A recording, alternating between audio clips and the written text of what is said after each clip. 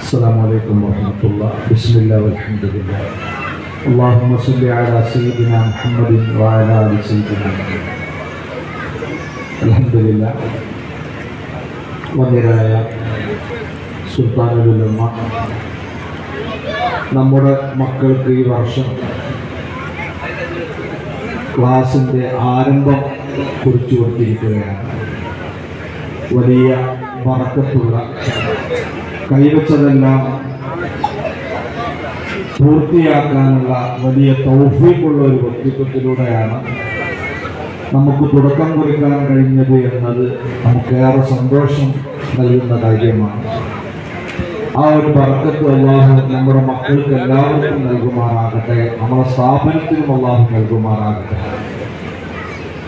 10-25 വർഷങ്ങൾക്ക് മുമ്പ് ഈ സ്ഥലം കച്ചവടം ചെയ്ത് വലിയ കടമായി കഴിയുന്ന സമയത്ത് ഇവിടെ AP ഉസ്താദ് വന്ന് നാട്ടുകാരായ ആളുകൾക്ക് വിളിച്ചു ചേർത്ത് ഓരോ സെന്റിൻ്റെ കാശ് ഓരോരുത്തരെ കൊണ്ട് ഏറ്റെടുപ്പിച്ചാണ് അന്ന് ഈ വലിയ സ്ഥലം നമ്മുടെ സ്കൂളിന് വേണ്ടി വാങ്ങിയിട്ടുള്ളത്.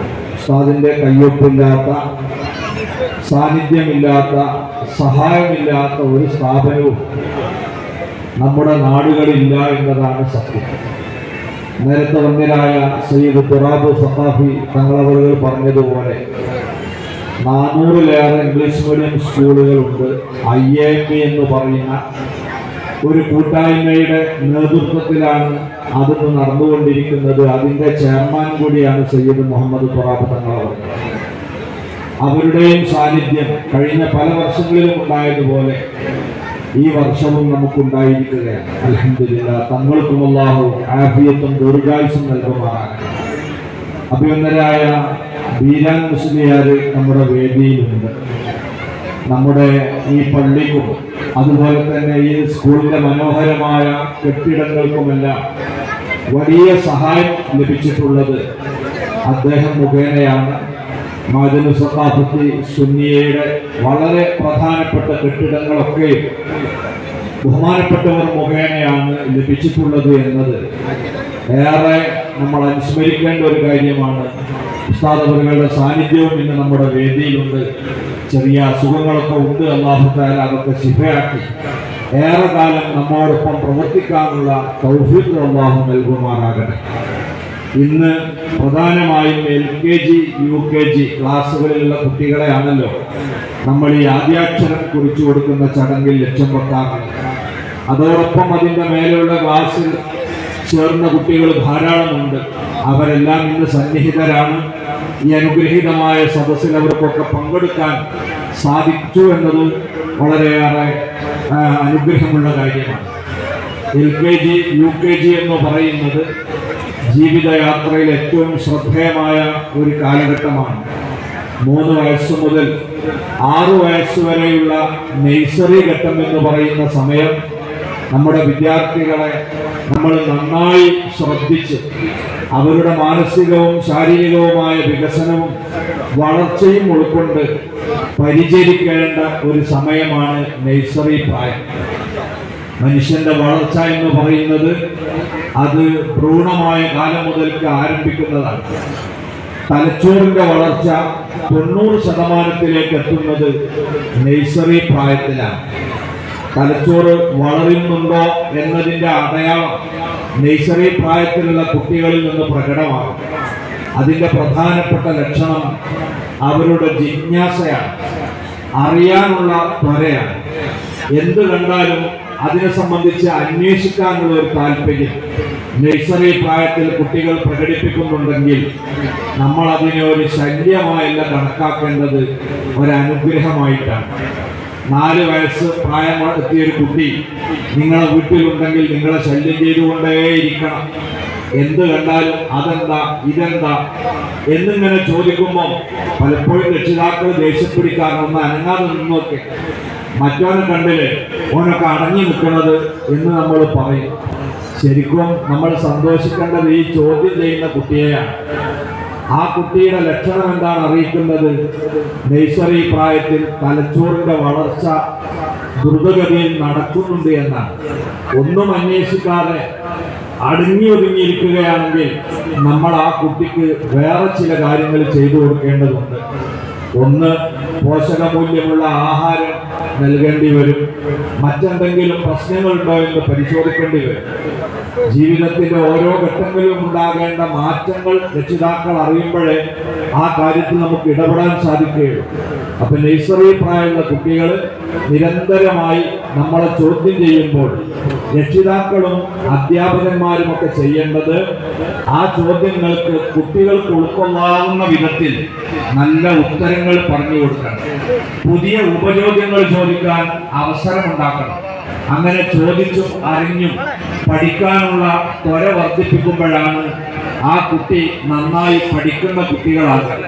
രക്ഷിതാക്കൾ വീട്ടിൽ വെച്ചും ക്യാമ്പസിൽ വെച്ച് അധ്യാപികമാരുമെല്ലാം കുട്ടികളെ ജിജ്ഞാസ ഉള്ളവരാക്കി, അറിയാൻ താല്പര്യമുള്ളവരാക്കി വളർത്തിയെടുക്കേണ്ടതുണ്ട്.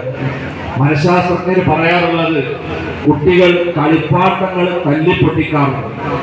എന്തിനാണ് അവർ തല്ലിപ്പൊട്ടിക്കുന്നത്? നമ്മളെ കാഴ്ചപ്പാടിൽ ആ കുട്ടി മോശം കുട്ടിയാണ്. ഒരു JCB ഇന്നലെ വാങ്ങിക്കൊടുത്തതാണ്. ഇന്ന് അതിന്റെ പരപ്പെടുത്തി നമ്മളെ കയ്യിൽ തന്നാൽ നമ്മൾ ചന്തിക്ക് 2 വെച്ചു കൊടുക്കും. ഇതിനാണോ അത് വാങ്ങിയത്? യഥാർത്ഥത്തിൽ ആ കളിപ്പാട്ടം പൊളിച്ച കുട്ടിയാണത്രേ നല്ല കുട്ടീന്ന്. കാരണം എന്താ? ഉള്ളിലുള്ളത് എന്താണെന്ന് അറിയാനുള്ള ജിജ്ഞാസയാണത്രേ ഒരു കുട്ടി കളിപ്പാട്ടം പൊട്ടിക്കുന്നതിന്റെ പിന്നിലെ രഹസ്യം. അതറിയാനുള്ള ആഗ്രഹം പ്രകടിപ്പിക്കുകയാണ്.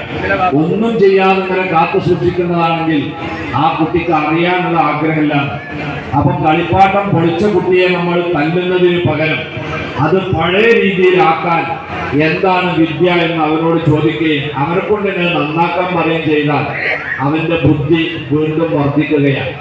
അതേപോലെ നഴ്സറി പ്രായത്തിലുള്ള കുട്ടികളെ കൊണ്ട് അവരുടെ കുപ്പായം അവരെ കൊണ്ട് തന്നെ ധരിപ്പിക്കാൻ ശ്രമിക്കണം.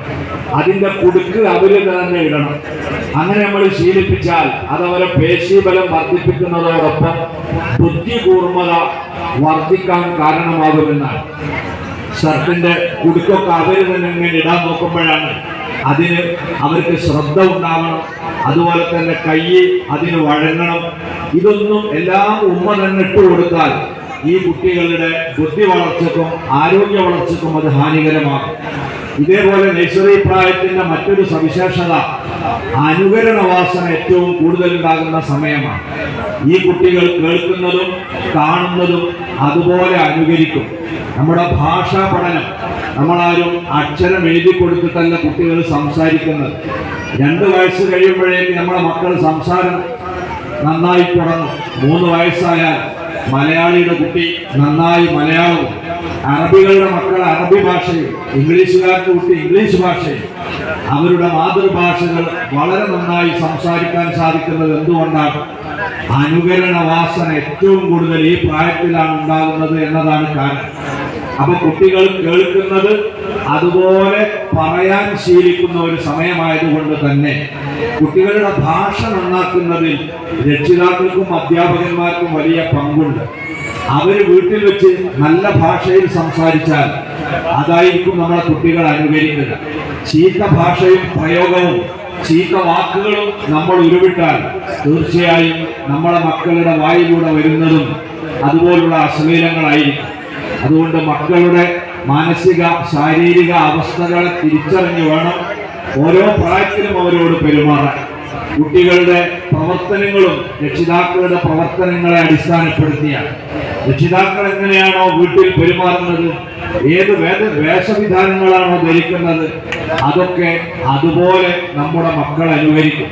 അഷ്റഫുൽ ഖൽഖ് സ്വല്ലല്ലാഹു അലൈഹി വസല്ലം തങ്ങൾ പറഞ്ഞതാണ്, കുല്ലു മൗലൂദിൻ യൂലദു അലൽ ഫിത്ര. എല്ലാ മനുഷ്യ കുഞ്ഞുങ്ങളും ജനിക്കുന്നത് ശുദ്ധമായ മനസ്സോടെയാണ്. ആരും വൈകല്യമുള്ള വൈകൃതമുള്ള സ്വഭാവങ്ങളോ ചിന്തയോ ഉള്ളവരായിട്ടല്ല പിറവിയെടുക്കുന്നത്. പരമവിശുദ്ധരാണ്. പരിശുദ്ധ ഖുർആൻ സൂചിപ്പിച്ചതും അത് തന്നെയാണ്. എന്നാൽ ആ മക്കൾ എങ്ങനെയാണ് പിന്നെ ചീത്ത സംസാരിക്കുന്നവരാകുക, മോശം പെരുമാറ്റക്കാരാകുക? അതിന്റെ ഉത്തരവാദി നമ്മൾ തന്നെയാണ്.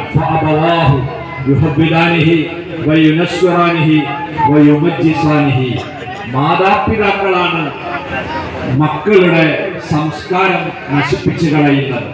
അതുകൊണ്ട് നമ്മുടെ കുട്ടികൾക്ക് അനുകരിക്കാൻ പറ്റിയതല്ലാത്തതൊന്നും നഴ്സറി പ്രായത്തിൽ അവരെ കേൾപ്പിക്കരുത്, അവർക്ക് കാണിച്ചു കൊടുക്കരുത്, അവരെ മുമ്പിൽ നമ്മൾ പെരുമാറരുത്. ചെറിയ മക്കളെ കയ്യിലേക്ക് നമ്മൾ മൊബൈൽ ഫോണുകൾ കൊടുക്കുന്നു. അതിൽ പലതരത്തിലുള്ള ഗെയിമുകളോ പലതരത്തിലുള്ള കളികളോ തമാശകളൊക്കെ ഉണ്ടാകും.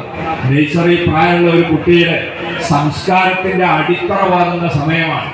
ആ സമയത്ത് ഇത്തരം കാര്യങ്ങളാണോ നമ്മൾ അവർക്ക് കാണിച്ചു കൊടുക്കുന്നതെങ്കിൽ തീർച്ചയായും അവരെ മനസ്സിന്റെ അടിത്തട്ടിൽ രൂപപ്പെടുന്ന സാംസ്കാരിക അടിത്തറ അത് ദുഷിച്ചതായിരിക്കും. അതിൽ കെട്ടി ഉയർത്തുന്നതാണ് പിന്നീട് ഉണ്ടാകാൻ പോകുന്നത്. അതുകൊണ്ട് ആ നഴ്സറിയിൽ നമ്മളൊരു കുട്ടിയെ ചേർക്കുമ്പോൾ ഏറെ ശ്രദ്ധിക്കണം. സംസ്കാരങ്ങളുടെ അടിത്തറ പാകുന്ന സമയമാണ്. ജലാലിയെ പോലുള്ള സ്ഥാപനങ്ങൾ നിങ്ങൾ തിരഞ്ഞെടുത്തത് ഈ പ്രായത്തിൽ ആ കുട്ടി നല്ലത് ചൊല്ലിപ്പഠിക്കണം, നല്ലത് കേട്ടു പഠിക്കണം, നല്ല സംസ്കാരം പഠിക്കണം എന്ന് ആഗ്രഹിച്ചുകൊണ്ട് തന്നെയാണ്. സ്ഥാപനത്തിൽ വെച്ച് തീർച്ചയായും ആ രീതിയിലുള്ള പരിശീലനങ്ങൾ നേടിയ അധ്യാപകന്മാരുമാണ് നിങ്ങളെ മക്കളെ ഇവിടെ പരിചരിക്കുന്നത്. അതേപോലെയുള്ള സാംസ്കാരികമായ നല്ലൊരു അന്തരീക്ഷം നമ്മളെ വീട്ടിലും ഉണ്ടാകണം. ഗൃഹാന്തരീക്ഷമാണ് ഒരു കുട്ടിയുടെ സംസ്കാരത്തെ രൂപപ്പെടുത്തുന്നത് എന്ന് എല്ലാവർക്കും ഓർമ്മയിൽ ഉണ്ടാവണം. ഒരധ്യാപകൻ സ്കൂളിൽ വെച്ച് കുട്ടികൾക്ക് കളിക്കാൻ വേണ്ടി കുറെ കടലാസുകൾ കൊടുത്തു. 10 മിനിറ്റ് നേരം അവരോട് കളിക്കാൻ ആവശ്യപ്പെട്ടു. കളി കഴിഞ്ഞതിന് ശേഷം അധ്യാപകൻ അവരോട് പറഞ്ഞു, ഇനി കടലാസ് നിങ്ങൾക്ക് കളയാം. തൊപ്പി ഉണ്ടാക്കിയവർ, പന്തുണ്ടാക്കിയവർ, വാച്ചുണ്ടാക്കിയവർ, പരുന്തുണ്ടാക്കിയവർ, ഇവരൊക്കെ അവരുടെ കടലാസ് കളഞ്ഞത് 3 രീതിയിലാണ്. ഒരു പറ്റം കുട്ടികൾ ആ കടലാസുകളെ ചെറിയ തുണ്ടുകളാക്കി കീറി ക്ലാസ്സിൽ മൊത്തം പറക്കി വിട്ടു. ഇങ്ങനെയാണ് ഒരു കൂട്ടം കുട്ടികൾ ചെയ്തത്. അതെന്തുകൊണ്ടാണ് അവർ ചെയ്തത്? അവർ വീട്ടിൽ നിന്നും അങ്ങനെ തന്നെ ആയിരിക്കും. അവർ പഠിക്കാനിരിക്കുന്ന മേശയുടെ പരിസരം പരിശോധിച്ചാൽ ഒരുപാട് കടലാസ് തുണ്ടുകൾ ഉണ്ടാകും, പെൻസിൽ കൂർപ്പിച്ചതിന്റെ വേസ്റ്റ് ഉണ്ടാകും, മിഠായിയുടെ തോലുണ്ടാകും, കാരക്കയുടെ കുരുണ്ടാകും. ഇതെല്ലാം അവരുടെ വീട്ടിൽ തന്നെ വലിച്ചെറിയുന്ന സംസ്കാരമുള്ള കുട്ടികളാണ് ക്ലാസ്സിൽ ആ കടലാസുകളെ പിച്ചു ചീന്തി പറത്തി വിട്ടത്. രണ്ടാമത്തെ ഒരു പറ്റം കുട്ടികൾ ആ കടലാസ് ചുരുട്ടിയിട്ട് കളയാൻ പറഞ്ഞപ്പോൾ അടുത്ത ക്ലാസ്സിലേക്ക് ഒരു ഏറ് വെച്ചു കൊടുക്കും. ഇതും പലരുടെയും വീട്ടിലുണ്ടാകുന്നതാണ്. മത്സ്യം പോലുള്ളതൊക്കെ കൊണ്ടുവന്നാൽ നമ്മളത് ചട്ടിയിലിട്ടിട്ട് അത് അയൽക്കാരന്റെ പറമ്പിലേക്ക് വലിച്ചെറിയും അതിന്റെ വേസ്റ്റ്. ഇത് കണ്ട കുട്ടികളാണ് അടുത്ത ക്ലാസ്സിലേക്ക് വലിച്ചത്. മൂന്നാമത്തെ ഒരു കൂട്ടം കുട്ടികൾ അധ്യാപകനോട് ചോദിച്ചു, അല്ല വേസ്റ്റ് കൊട്ട് എവിടെയാ സാറേ? അപ്പൊ അധ്യാപകൻ പറഞ്ഞത് ആ ബ്ലാക്ക് ബോർഡിന്റെ ചോട്ടിലാണ് വേസ്റ്റ് കൊട്ട്, അവിടെ കൊണ്ടിട്ടുണ്ട്. ആ കുട്ടികൾ ആ വേസ്റ്റ് കൊട്ടയിൽ കൊണ്ടിടുകയാണ്. ഇതെങ്ങനെയാണ് അവർക്ക് സാധിച്ചത്? അത് അവരുടെ ഗൃഹാന്തരീക്ഷത്തിന്റെ സംസ്കാരം. അവരെ വീട്ടിലെ റൂമുകളുടെ മൂലകളിലൊക്കെ ഒരു വേസ്റ്റ് കൊട്ട വെച്ചിട്ടുണ്ട്. മിഠായി വന്നാൽ, വേസ്റ്റ് കയ്യിൽ വന്നാൽ ഉടനെ അതിൽ കൊണ്ടുപോയിടാനാണ് ഉമ്മ പരിശീലിപ്പിച്ചതെങ്കിൽ ആ ഒരു സംസ്കാരം തന്നെ ആയിരിക്കും സ്കൂളിലും റോട്ടിലുമൊക്കെ ആ കുട്ടികൾ നടപ്പാക്കുക. അല്ലെങ്കിൽ അങ്ങാടിയിൽ വെച്ച് ഒരു വാട്ടർ ബോട്ടിൽ ലഭിച്ചാൽ അതിലെ വെള്ളം കുടിച്ച് അവർ റോട്ടിലേക്ക് ആ വാട്ടർ ബോട്ടിൽ അവർ എറിയുമെന്നത് തീർച്ചയാണ്. അപ്പൊ നമ്മുടെ കുട്ടികൾക്ക് നല്ല സംസ്കാരം നൽകേണ്ട ഏറ്റവും പ്രധാനപ്പെട്ട ഒരു പ്രായമാണ് നഴ്സറി പ്രായം എന്ന് മനസ്സിലാക്കി ആ കുട്ടികളെ നമ്മൾ ഈ സ്ഥാപനത്തിൽ ചേർത്ത് അത് ഇവിടുന്ന് നമ്മൾ പറഞ്ഞു കൊടുക്കുന്നത് പോലെ തന്നെ നമ്മുടെ വീടുകളിൽ വെച്ചോ അവരെ ഉദാത്തമായ സംസ്കാരം പഠിപ്പിക്കണം, അദബും മര്യാദയും പരിശീലിപ്പിക്കണം. പുന്നാര നബി സല്ലല്ലാഹു അലൈഹി വസല്ലം പറഞ്ഞത് കാണാം, മാ നഹല വാലിദുൻ വലദൻ അഫ്ളല മിൻ അദബിൻ ഹസൻ. ഒരു ഉമ്മയും വാപ്പയും അവരെ മക്കൾക്ക് മുന്തിയ മര്യാദ പഠിപ്പിക്കുന്നതിനേക്കാൾ മെച്ചപ്പെട്ട ഒരു സമ്മാനവും കൊടുത്തിട്ടില്ല. നാം കുട്ടികൾക്ക് നൽകുന്ന ഏറ്റവും വലിയ സമ്മാനം മൊബൈൽ ഫോണുകളോ കളിക്കോപ്പുകളോ അല്ല. അതിനേക്കാൾ ഉത്കൃഷ്ടമായ മൂല്യബോധമുള്ള സംസ്കാരമാണ്. അത് ജീവിതത്തിലൂടെ നമ്മൾ കാണിച്ചു കൊടുത്ത് നമ്മളെ കുട്ടികളെ നമ്മൾ നല്ലവരായി വളർത്തിയെടുക്കുന്നതിന് രക്ഷിതാക്കളുടെ കൂടി നിരന്തരമായ ശ്രദ്ധയും ഒത്താശയും ഉണ്ടാകണമെന്ന് ഈ സന്ദർഭത്തിൽ ഓർമ്മപ്പെടുത്തുകയാണ്.